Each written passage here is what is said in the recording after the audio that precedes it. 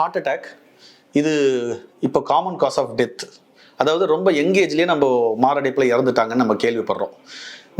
நாங்கள் படிக்கும்போது common risk factors அப்படின்னு நீங்கள் பார்த்தீங்கன்னா ஹார்ட் அட்டாக்கு சுகர் இருக்கிறவங்களுக்கு ஹார்ட் அட்டாக் அதிகமாக வரும்னு சொல்லுவோம். ஹைப்பர் டென்ஷன் இருக்கிறவங்களுக்கு ஹார்ட் அட்டாக் வரும்னு சொல்லுவோம். அதன் பிறகு கொலஸ்ட்ரால் இருக்கிறவங்க ஹார்ட் அட்டாக் வரும்னு சொல்லுவோம். இந்த காலகட்டத்தில் இதெல்லாம் மீறி நம்மளுடைய அப்நார்மலான உணவு பழக்க வழக்கங்களும் நம்மளுடைய ஸ்ட்ரெஸ்ஃபுல் டே டு டே லைஃப்பும் தான் முக்கியமான காரணமாக நாங்கள் பார்க்குறோம்.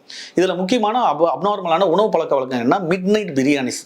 அதாவது இரவு நேரங்களில் இப்போ பார்த்தீங்கன்னா எல்லா கடைகளிலுமே பிரியாணிகளாக கிடைக்குது. நாங்கள் வளர்ந்த விதத்தில் அந்த டைம்லலாம் இந்த மாதிரி உணவுகள்லாம் கிடையாது. அந்த உணவுகளும் நீங்கள் பார்த்தீங்கன்னா அதிகப்படியான கொழுப்புகளும் அப்நார்மலான கொழுப்புகளும் எண்ணெய்களும் சேர்க்கப்பட்ட உணவாக இருக்கும். அந்த எண்ணெய்களும் பல தடவை அவங்க யூஸ் பண்ணியிருப்பாங்க.